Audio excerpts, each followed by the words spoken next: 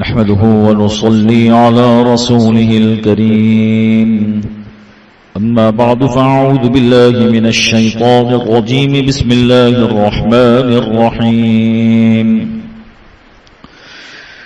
ولقد آتينا موسى الكتاب وقفينا من بعده بالرسل وآتينا عيسى ابن مريم البينات وأيدناه بروح القدس أفكلما جاءكم رسول بما لا تهوى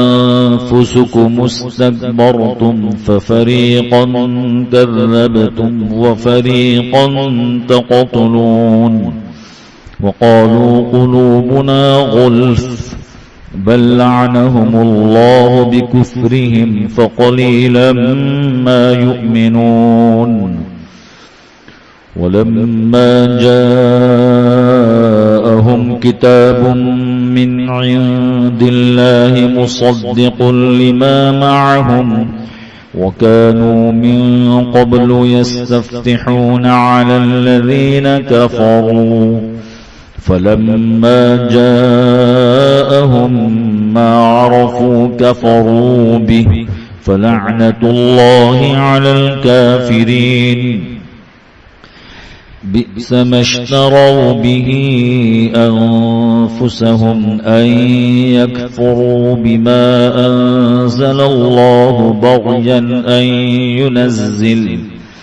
أن ينزل الله من فضله على من يشاء من عباده فباءوا بغضب على غضب وللكافرين عذاب مهين وإذا قيل لهم آمنوا بما أنزل الله قالوا نؤمن بما أنزل علينا ويكفرون بما وراءه وهو الحق مصدقا لما معهم قل فلم تقتلون أنبياء الله من قبل إن كنتم مؤمنين ولقد جاءكم موسى بالبينات ثم اتخذتم العجل من بعده وأنتم ظالمون وإذ أخذنا ميثاقكم ورفعنا فوقكم الطور خذوا ما آتيناكم بقوة واسمعوا قالوا سمعنا وعصينا وأشربوا في قلوبهم العجل بكفرهم قل بئس ما يأمركم به إيمانكم إن كنتم مؤمنين. یہ پہلے پارے کا 11واں رکوع سورہ بقرہ کا بھی 11واں رکوع یہاں سے شروع ہو رہا ہے. بہت دور سے یہودیوں کے متعلق جو ان کی برائیاں تھی نظریاتی اور اعمال کے اعتبار سے اس کو حق تعالی شان و بیان فرما رہے تھے. یہاں انہوں نے جو ظلم اٹھایا انبیاء علیہ السلام پر اور اسی طریقے سے قرآن کے مخالف ہوئے رسول اللہ صلی اللہ علیہ وسلم کے مخالف ہوئے اس کو بیان فرمایا ہے. ترجمہ ان آیات کا یہ ہے وَلَقَدْ آتَيْنَا مُوسَى الْكِتَابَ وَقَفَّيْنَا مِن بَعْدِهِ بِالرُّسُلِ اور ہم نے موسیٰ علیہ السلام کو کتاب دی یعنی توریت وَقَفَّيْنَا مِن بَعْدِهِ بِالرُّسُلِ اور اس کے بعد یکے بعد دیگر رسول آتے رہے. موسیٰ علیہ السلام کے بعد بنی اسرائیل کے اندر تقریباً 4000 انبیاء علیہ السلام آئے اور آخر میں انبیاء علیہ السلام بنی اسرائیل کے جو آخری تھے وہ حضرت عیسیٰ علیہ السلام تھے. اسی کو آگے فرمایا وَآتَيْنَا عِيسَى ابْنَ مَرْيَمَ الْبَيِّنَاتِ، اور ہم نے عیسیٰ ابن مریم کو بھی کھلم کھلا معجزات عطا فرمائے. کیسے معجزات عطا فرمائے تھے؟ عیسیٰ علیہ السلام کو جو معجزات عطا فرمائے تھے قرآن کریم میں اس کا تذکرہ ہے کہ مردے کو کہتے تھے قم بإذن اللہ، اللہ کے حکم سے کھڑے ہو جا. اللہ کے حکم سے مردہ کھڑا ہو جاتا تھا، حکم اللہ کا اور ذریعہ عیسیٰ علیہ السلام. یہ معجزہ تھا. نابینا کے چہرے پر ہاتھ پھیرتے وہ بینا ہو جاتا تھا، دیکھنے لگ جاتا تھا اللہ کے حکم سے. کوڑی پر جو کوڑی کی بیماری میں مبتلا ہو اس کے جسم پر ہاتھ پھیرتے تھے وہ خوبصورت ہو جاتا، کوڑی کی بیماری اس کی ختم ہو جاتی تھی. یہ معجزات عطا فرمائے تھے. اور حضرت جبرائیل علیہ السلام ہمیشہ ان کی پشت پناہی پر رہتے تھے، مددگار رہتے تھے. آگے فرمایا وَأَيَّدْنَاهُ بِرُوحِ الْقُدُسِ، روح القدس یعنی حضرت جبرائیل علیہ السلام کے ذریعے سے قرآن کریم میں یہ نام اللہ نے بیان فرمایا ہے. ہم نے روح القدس کے ذریعے سے ان کی مدد فرمائی. کس کی مدد فرمائی؟ حضرت عیسیٰ علیہ السلام کی مدد فرمائی. چونکہ یہودی ان کے دشمن ہو گئے تھے اور حضرت عیسیٰ علیہ السلام کے در پہ آزار تھے، حق تعالی شانہ نے ان کی مدد فرمائی. جبرائیل علیہ السلام ہمیشہ ساتھ رہتے. اسی لیے جب یہودیوں نے یہ سوچا کہ ان کو قتل کر دیں، سولی پر چڑھا دیں، ان کے زعم میں انہوں نے سولی پر چڑھا دیا. قرآن کریم میں حق تعالی شانہ فرماتے ہیں کہ وما قتلوه وما صلبوه ولكن شبه لهم بل رفعه الله الیہ. قرآن کریم نہ تو قتل کیے گئے عیسیٰ علیہ السلام، نہ سولی پر چڑھائے گئے، اللہ نے انہیں زندہ آسمانوں پر اٹھا لیا. یہی ہمارا پاکیزہ عقیدہ ہے. تو یہ حضرت جبرائیل علیہ السلام ان کی مدد کے لیے اللہ کے حکم پر رہتے تھے. فرمایا افکلما جاءکم رسول، جب بھی تمہارے پاس رسول آئے اے یہودیوں، بما لا تہوی انفسکم، جو تمہارے جی کے چاہت کے خلاف کوئی بات ہوتی تھی. توریت میں بھی، انجیل میں بھی، اور جگہ پر بھی. انجیل جو ہے یہ توریت کا تتمہ ہے، ومیمہ ہے. یعنی جو باتیں توریت میں رہ گئی تھی، کوئی آدمی کتاب لکھتا ہے، اب کوئی اہم باتیں رہ گئی ہے تو جب دوسرا ایڈیشن وہ شائع کرتا ہے تو پھر اس میں وہ کہتا ہے کہ تتمہ اس کا نام رکھتا ہے. جتنا اس میں کچھ باتیں رہ گئی تھی وہ اس میں نے شامل کی ہے، ومیمہ کہتے ہیں اس کو. تو گویا انجیل تو توریت کا تتمہ اور ومیمہ تھا. جب بھی رسول تمہارے پاس آئے جو تمہاری خواہشات، نفسانی خواہشات کے خلاف بات لاتے، استکبرتم، تو تم نے تکبر کیا. تکبر کے بعد کیا ہوتا ہے؟ فَفَرِيقًا كَذَّبْتُمْ، بعض یہودیوں نے جھٹلایا، تم نے جھٹلایا نبیوں کو. وَفَرِيقًا تَقْتُلُونَ، تم میں سے بعض یہودی وہ تھے جو نبیوں کو قتل کرتے تھے. ایک محلے کے اعتبار سے بھی اللہ نے نبی بھیجے. 4000 نبی موسیٰ علیہ السلام کے بعد آئے. ایک علاقے کے اعتبار سے بھی اللہ نے نبی مبعوث فرمائے، نبیوں کو قتل کی. خصوصاً حضرت یحییٰ علیہ السلام، حضرت زکریا علیہ السلام، ان حضرات کو انہوں نے قتل کیا. اور جب ان کو کہتے ہیں کہ بھائی آپ قرآن پر ایمان نہیں لاتے، نبی کریم صلی اللہ علیہ وسلم کے زمانے کے یہودیوں کو کہا جاتا قرآن پر ایمان نہیں لاتے، تو وہ کہتے تھے وَقَالُوا قُلُوبُنَا غُلْفٌ، ہمارے دلوں پر غلاف ہے. غلاف لفافے میں جس طرح کوئی چیز بند ہو جاتی ہے، ہمارے دل بھی بند ہیں. بند، یہ بند کہہ کر یوں کہتے تھے کہ باہر کی غلط باتیں ہمارے دل میں آ نہیں سکتی، ہمارے دل میں ساری سچائی ہے، اب غلط باتیں آ نہیں سکتی ہمارے دل میں. غلف جس طرح لفافہ ہو، کوئی غلاف میں کوئی چیز چھپا کے رکھی ہوئی ہو، باہر کی کوئی چیز اندر آ نہیں سکتی. ہمارے دل میں بھی اب غلط نظریات، غلط باتیں آ نہیں سکتی. پکے ہم توریت پر عمل پیرا ہیں، باہر کی کوئی بات نہیں آ سکتی. ان کا یہ دعویٰ تھا. کیا عجیب انداز میں حق تعالی شان ان کے دعوے کو توڑا ہے.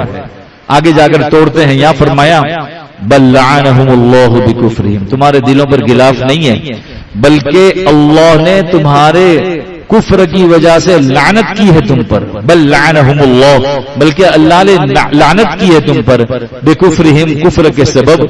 فقلیلا ما یؤمنون، بہت کم وہ ایمان لائیں گے. یہودی ایمان نہیں لائیں گے. توریت کی بات کرتے ہو، توریت ہمارے دل میں پوری ہے تو قرآن کہتا ہے وَلَمَّا جَاءَهُمْ كِتَابٌ مِّنْ عِندِ اللَّهِ مُصَدِّقٌ لِمَا مَعَهُمْ، جب ان کے پاس کتاب آئی اللہ کی طرف سے مُصَدِّقٌ لِمَا مَعَهُمْ، جو کتاب کے تصدیق کرتی ہے اس کتاب کی بھی جو کتاب کے ان کے پاس ہے.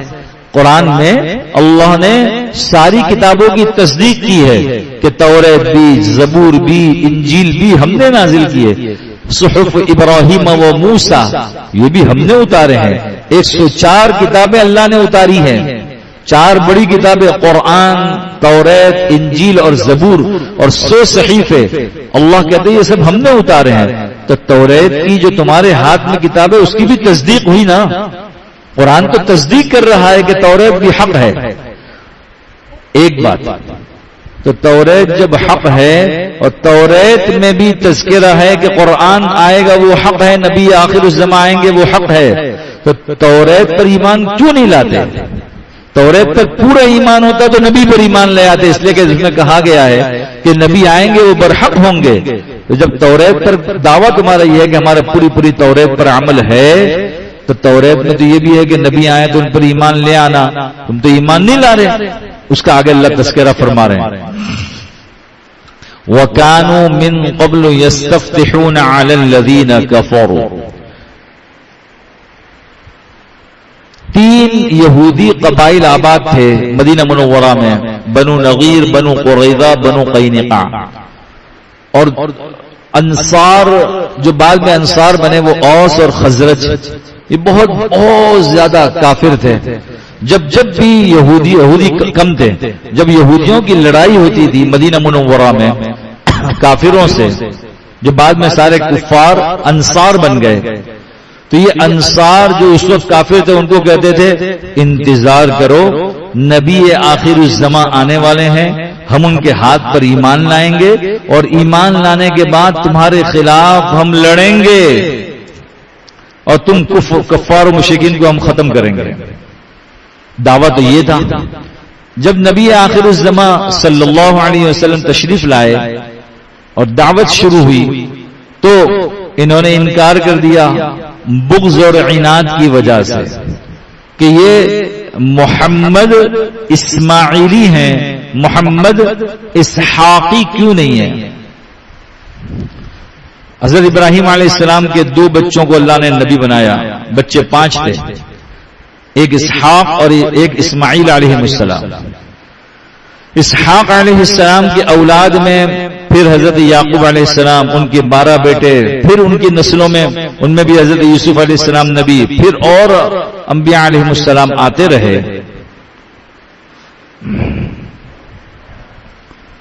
لیکن اسماعیل علیہ السلام کے بعد کوئی نبی نہیں آیا. براہ راست سرکار دو عالم صلی اللہ علیہ وسلم تشریف لائے.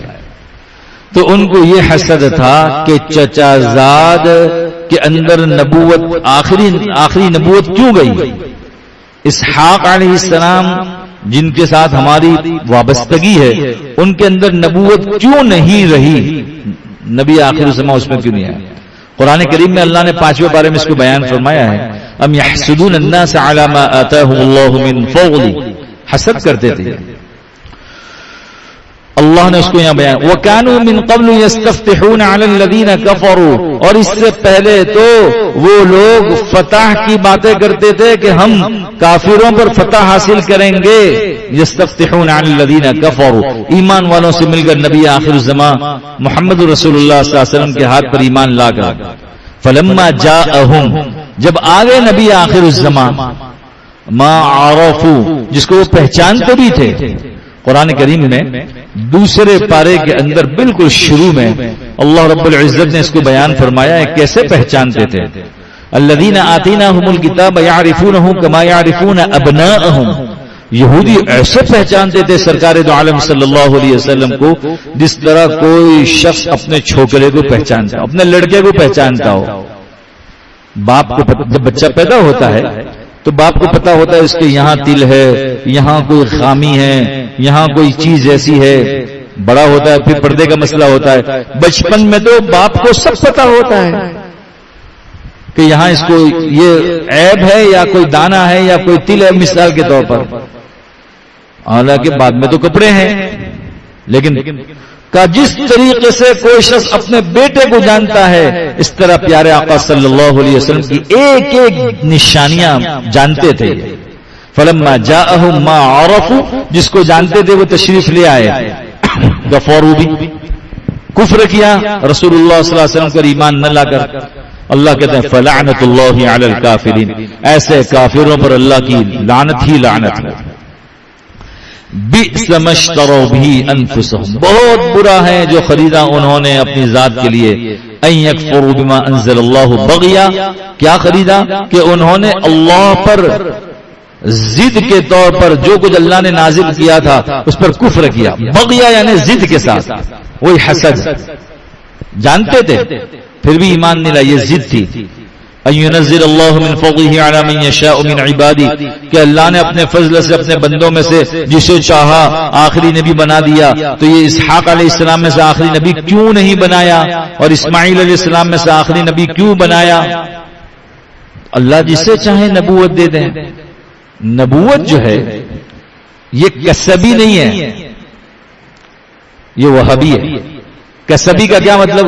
کوئی محنت کر جیسا کوئی آدمی دن رات محنت کرے اچھا عالم بن جائے, اچھا انگلش پڑھے تو ڈاکٹر بن گیا, وہ پروفیسر بن گیا. دینی اعتبار سے خوب محنت کی اس نے, بہترین عالم بن گیا, دن رات قرآن و حدیث کا مطالعہ کر رہا ہے. یہ کسبی اس کو کہتے ہیں. کسب یعنی محنت کرنا. اور ایک وہابی ہے, اللہ نبوت کسبی نہیں دیتے کہ کوئی محنت کرتے کرتے کرتے کرتے نبی بن جائے. ہو ہی نہیں سکتا. اللہ کا ولی بن سکتا ہے, نبی نہیں بن سکتا. نبوت تو اللہ کی طرف سے عطا کردہ ایک انعام ہے, جسے اللہ چاہے اسے نبی بنائے. چنانچہ یہاں اسی کو بیان کیا کہ اللہ نے چاہا تو حضرت اسماعیل علیہ السلام کی نسل میں سے پیارے آقا صلی اللہ علیہ وسلم تشریف لائے. اس لیے ہمارے دادا حضرت اسماعیل علیہ السلام ہے اور پردادا حضرت ابراہیم علیہ السلام. اب انہوں نے جو حسد کیا, جو حد درمی کی, اللہ کہتے فباؤوا بغضب علی غضب. دو برائیاں تھیں, ایک کفر کیا اور دوسرا حسد کیا, اس لیے غضب علی غضب کہا.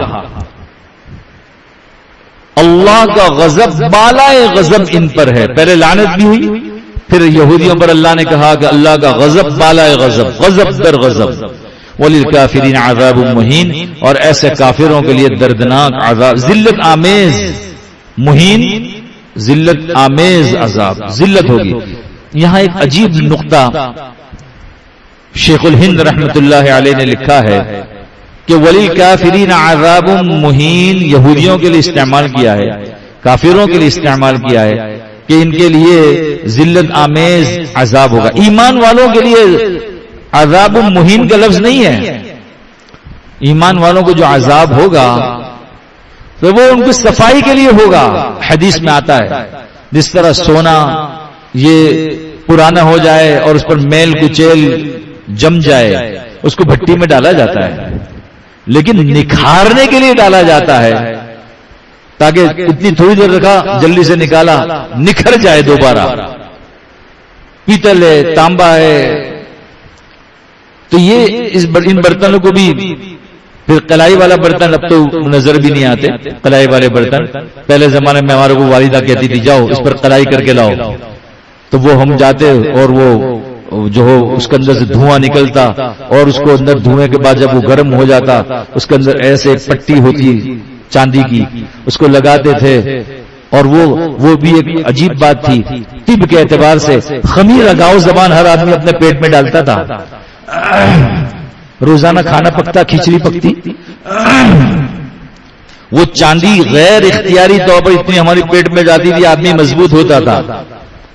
اب کھانا بھی پکاتے پتہ نہیں کون کون سے برتنوں میں، کھانا نکالتے تھے وہ کلائی والے برتن میں، تو خمیر اگاؤ زبان یعنی معجون اپنے پیٹ میں ہم ڈالتے تھے، اور وہ کھانا نکالتے پلاسٹک کے برتنوں میں، وہ سب چیزیں ختم۔ بہرحال میں یہ عرض کر رہا تھا کہ دیکھیں اس کے میل کچیل کو دور کرنے کے لیے یہ بھٹی میں ڈالا جاتا ہے۔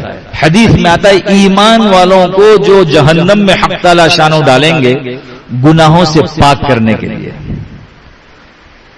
اور پھر بخاری شریف میں روایت ہے کتاب الایمان کے اندر کہ حق تعالی شانوں انہیں نکال کر کے نہر حیات میں ڈال دیں گے، زندگی والی نہر، اس میں جب چلے جائیں گے تو زندگی پھر ہمیشہ رہے گی، جنت میں موت آنی نہیں ہے۔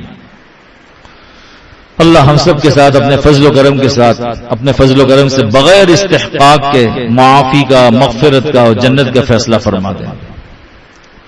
تو یہاں پر ان کے متعلق بیان فرمایا وَإِذَا قِيلَ لَهُمْ آمِنُوا بِمَا أَنزَلَ اللَّهُ، جب ان یہودیوں کو کہا جاتا تھا ایمان لاؤ جو کچھ کہ اللہ نے نازل کیا ہے، قَالُوا نُؤْمِنُ بِمَا أُنزِلَ عَلَيْنَا وَيَكْفُرُونَ بِمَا وَرَاءَهُ، تو یہودی کہتے تھے ہم ایمان لائیں اس پر جو کچھ ہمارے اوپر نازل کیا گیا، یعنی توریت پر ہم ایمان لائے، وَيَكْفُرُونَ بِمَا وَرَاءَهُ، اور اس کے سوا جو کچھ ہے قرآن ہو، انجیل ہو، زبور ہو، وہ سب کے ساتھ ہم نے کفر کیا، ہم ایمان نہیں لاتے۔ قرآن کہتا ہے وہ هو الحق، حالانکہ قرآن بالکل حق ہے، مصدقا لما معہم، بلکہ قرآن تو توریت کی، انجیل، زبور اور ساری کتابوں کی تصدیق کر رہا ہے۔ یہاں تک ان کی باتوں کو بیان فرمایا، اللہ نے الزامی جواب دیے۔ عجیب انداز ہے قرآن کریم کا، اللہ ہمیں فہمی نصیب فرما دے، قرآن فہمی۔ اللہ کہتے قل، اے پیارے نبی صلی اللہ علیہ وسلم آپ پوچھیں نا ان یہودیوں سے، ان سے پوچھیں فَلِمَ تَقْتُلُونَ أَنْبِيَاءَ اللَّهِ مِنْ قَبْلُ إِن كُنتُم مُؤْمِنِينَ، آپ کہتے ہو پورے توریت پر ہمارا ایمان ہے، تو توریت تو نازل ہوئی بنی اسرائیل حضرت موسیٰ علیہ السلام پر، اور موسیٰ علیہ السلام کے بعد 4000 پیغمبر آئے، انبیاء علیہ السلام آئے عیسیٰ علیہ السلام سے پہلے، تو وہ سب بنی اسرائیلی ہوئے، اور توریت پر آپ کا ایمان تھا، تو پھر نبیوں کو قتل کیوں کیا تم نے، جن کی کتاب توریت تھی، جو صاحب کتاب تھے ان کو تم نے تو قتل کیا۔ اس کا جواب دو، اگر تم مومن ہو، توریت پر ایمان ہے، تو توریت والوں کو قتل کیوں کیا تم نے؟ کوئی جواب نہیں۔ ایک بات، دوسری بات وَلَقَدْ جَاءَكُمْ مُوسَىٰ بِالْبَيِّنَاتِ ثُمَّ اتَّخَذْتُمُ الْعِجْلَ مِن بَعْدِهِ وَأَنْتُمْ ظَالِمُونَ، یہ دوسرا الزامی جواب ہے۔ دوسرا الزامی جواب یہ ہے کہ البتہ تحقیق کہ تمہارے پاس موسیٰ علیہ السلام کھلم کھلا معجزات لے کر آئے، پھر تم نے گوشالہ پرستی اختیار کی، گائے کی پوجا اختیار کی، من بعدہ توریت کے آنے کے بعد، وانتم ظالمون، تم بہت زیادہ ظالم۔ تو اگر توریت حق تھی، تم کہتے پورے توریت پر عمل ہے، تو جب موسیٰ علیہ السلام توریت لے کر آئے تو اس پر عمل کیوں نہیں کیا، اور گائے کی پوجا میں کیوں مبتلا ہو گئے؟ کہاں عمل رہا تمہارا؟ تم تو شرک کرنے والے ہو گئے۔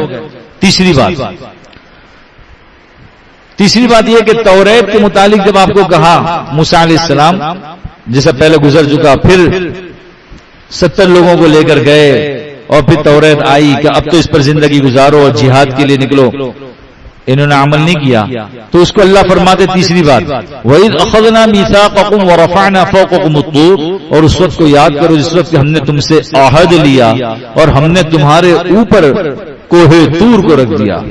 طور کا ایک بہت بڑا ٹکڑا، چٹان، بہت بڑا حصہ، وہ سارے یہودیوں پر اللہ نے لٹکا دیا ہوا میں۔ بولو ایمان لاتے ہو نہیں لاتے؟ ورنہ گرا دیے جائیں گے، ابھی یہ آپ کے اوپر گر جائے گا۔ سب نے ایسے دیکھا، یہ حدیث میں ہے کہ ایسے سجدے میں جا کر کے ایسے دیکھا۔ آج تک یہودی اسی طرح سجدہ کرتے ہیں، تھوڑا سا ایسا ٹیڑھا، ایسا دیکھا کہ پہاڑ اوپر ہے، اس نے کہا ایمان لاتے ہیں، ایمان لاتے ہیں۔ ہم نے کہا تھا خذوا ما آتیناکم بقوۃ واسمعوا، لے لو جو کچھ کہ ہم نے تمہیں توریت میں احکامات دیے، بقوہ، قوت کے ساتھ اس پر عمل کرو، واسمعوا، اور سنو۔ تو تم نے تو یوں کہا تھا قالوا سمعنا وعصینا، ہم نے سن لیا لیکن ہم نے نافرمانی کی، ہم نہیں مانیں گے۔ سامنے نہیں کہا تھا، دل میں کہا تھا، تو یہ تو منافقت ہوئی۔ سمعنا، اور قرآن میں اللہ تعالیٰ ایمان والوں کا بیان فرما رہے ہیں، سورہ بقرہ کے اندر آخر میں فرمایا سمعنا واطعنا غفرانک ربنا والیک المصیر، ہم نے سن بھی لیا ہے اللہ، ہم نے اطاعت بھی کی، جو کچھ پیارے آقا صلی اللہ علیہ وسلم کا حکم ہے سر تسلیم خم ہے۔ اے اللہ ہمیں معاف فرما، اس میں جو کوتاہی ہو جائے اے اللہ ہمارے معاف فرما۔ دیکھیں ایمان والا یہ کہتا ہے، یہودی کہتا ہے سمعنا وعصینا، ہم نے سن لیا لیکن ہم نے نافرمانی کی۔ اللہ فرماتے وہ اشربوا فی قلوبہم العجل بکفرہم، اور پلا دیا گیا ان کے دلوں میں بچھڑے کی محبت، ان کے کفر کے سبب بچھڑے کی محبت پلا دی گئی۔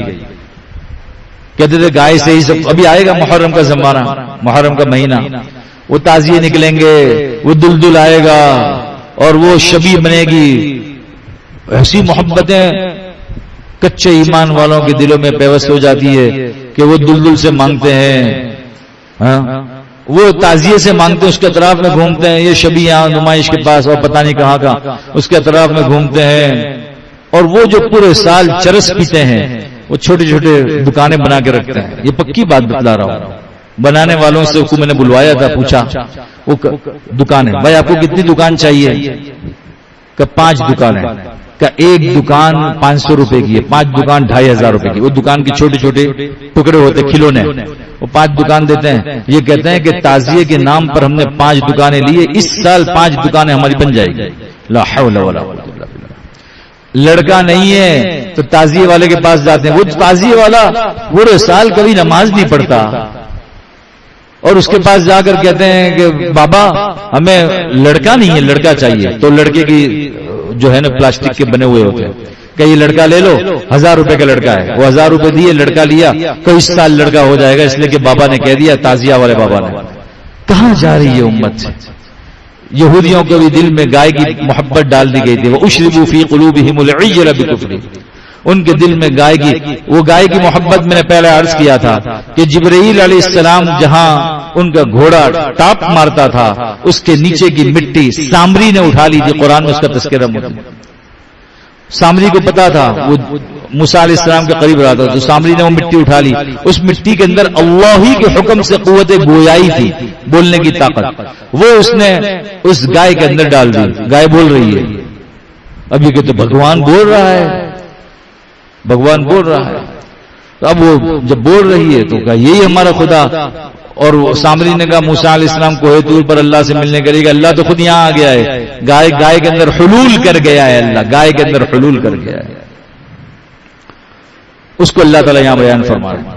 آپ کہہ دیجئے قل، اے پیارے نبی صلی اللہ علیہ وسلم آپ ان سے کہہ دیجئے یہودی سے، بئس ما یأمرکم بہ ایمانکم، یہ جس ایمان کی تم بات کرتے ہو اور کہتے ہیں وقالوا قلوبنا غلف، ہمارے دل پر ایک غلاف ہے، باہر کی چیز اندر نہیں آ سکتی، وہ ایمان تمہارا ہے، بہت برا تم نے خریدا ایمان کو، ان کنتم مؤمنین، اگر تم ایمان والے ہو۔ اس کے بعد اللہ رب العزت نے اور ان کی برائیوں کو بیان فرمایا ہے کہ یہ کہتے تھے کہ جنت تو ہماری ہے اور اللہ تو ہمارا ہے، مسلمانوں کا تو نہیں ہے، تو اللہ تعالیٰ نے پھر ایک اور الزامی بات کہی، جنت تمہاری ہے تو جلدی مرو نا، مرتے کیوں نہیں ہو، موت کی تمنا کرو، اس لیے کہ دنیا تو ذلیل ہے، صبح آدمی خوش ہوتا ہے، شام میں پھر ٹینشن، پیشاب کرو تو بو آئے، بدبو آئے، ری خارج کرو تو بدبو آئے، جنت میں تو خوشبو ہی خوشبو، جنت میں جانے کے لیے مرنے کی تمنا کرو۔ اس کو اللہ آگے فرماتے ہیں کہ آپ کہہ دیجئے اے پیارے نبی صلی اللہ علیہ وسلم، ان کو آخرت بہت پیاری ہے، اللہ کے پاس خاص ہیں یہ لوگ اور لوگوں کو چھوڑ کر، فتمنوا الموت ان کنتم صادقین، تو موت کی تمنا کرو نا۔ اللہ کہتا ہے وَلَن يَتَمَنَّوْهُ أَبَدًا، کبھی بھی موت کی تمنا کر ہی نہیں سکتے، نہ کہتے ہیں آخرت اور جینے کی تمنا ہے، وہ سارا تذکرہ یہاں ہے۔ وقت ہو چکا ہے، حق تعالی شانو ہم سب کو قرآن فہمی نصیب فرما دیں۔ بسم اللہ الرحمن الرحیم، اللهم صل علی سیدنا محمد وعلى آل سیدنا محمد كما صليت على ابراهيم وعلى آل ابراهيم انك حميد مجيد، اللهم انا نسألك العفو والعافية في الدنيا والآخرة والمعافاة الدائمة، اللهم انا نسألك تمام العافية ونسألك دوام العافية ونسألك الشكر على العافية، سبحان ربك رب العزة عما يصفون وسلام على المرسلين والحمد لله رب العالمين۔